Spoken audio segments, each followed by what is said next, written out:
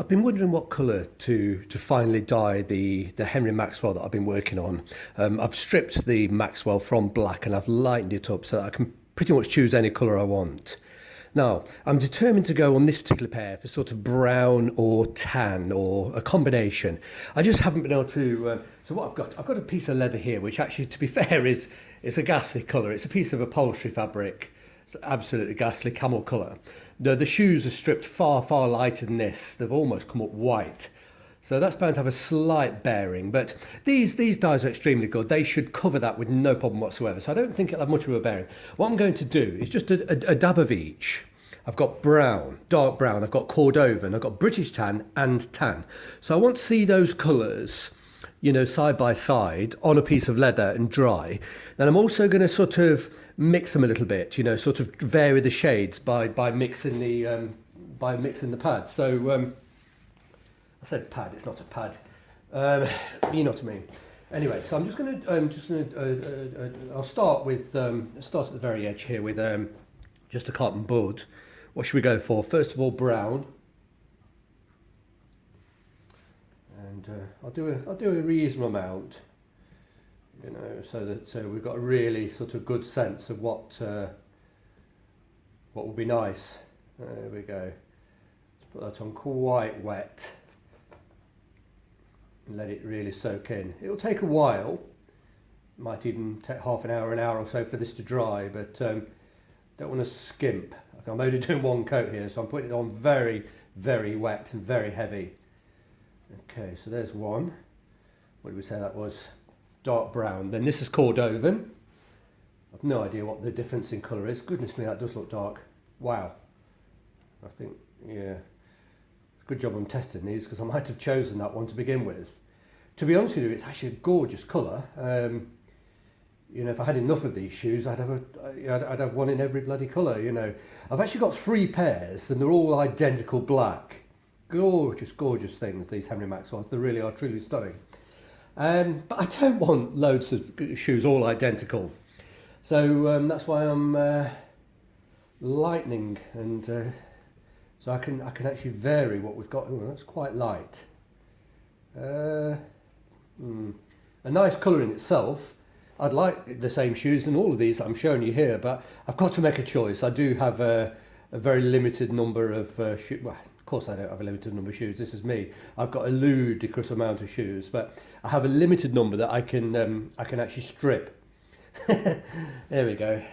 That's a lovely colour, but probably too pale. And I'm sure this one, the tan itself, will be way too pale. But let's have a look. Gosh, it's darker than I thought. But I'm sure that's probably too light. Bear in mind these are wet, so I should have dark brown's probably that's extremely dark. The Cordovan's extremely dark. What I want is to have varying tones within the shoe, and if I go too dark, it's going to be too near the black, even though it would be a gorgeous colour. What I want is some of these sort of tiny little flashes of faded black to show through, and to have a variation. So I think, just looking at this, I think that Cordovan's way too dark. It's a gorgeous colour, but for my purposes here, I think so. Let's have a look. What can we do? Just to have a bit of fun. I'm going to rule out the British tan and the tan. They're too pale. But let's I've got some coffee cups here. Let's just mix a little drip of, let's do a little drip of dark brown.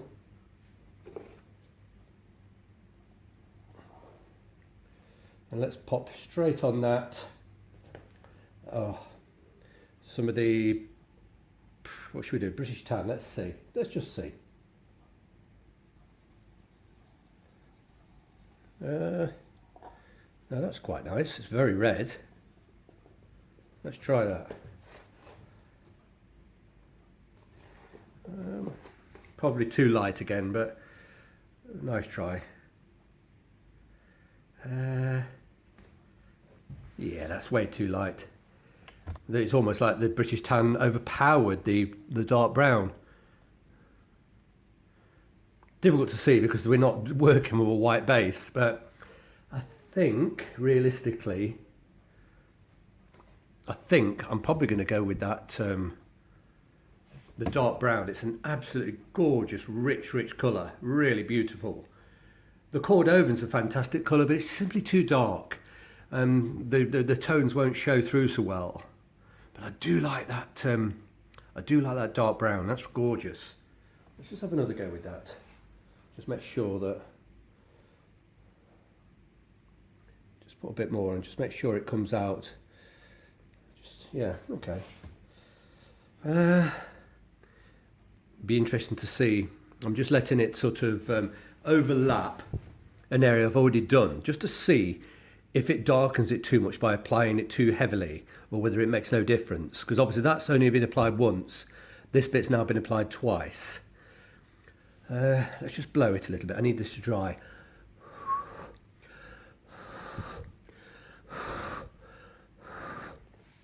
Doesn't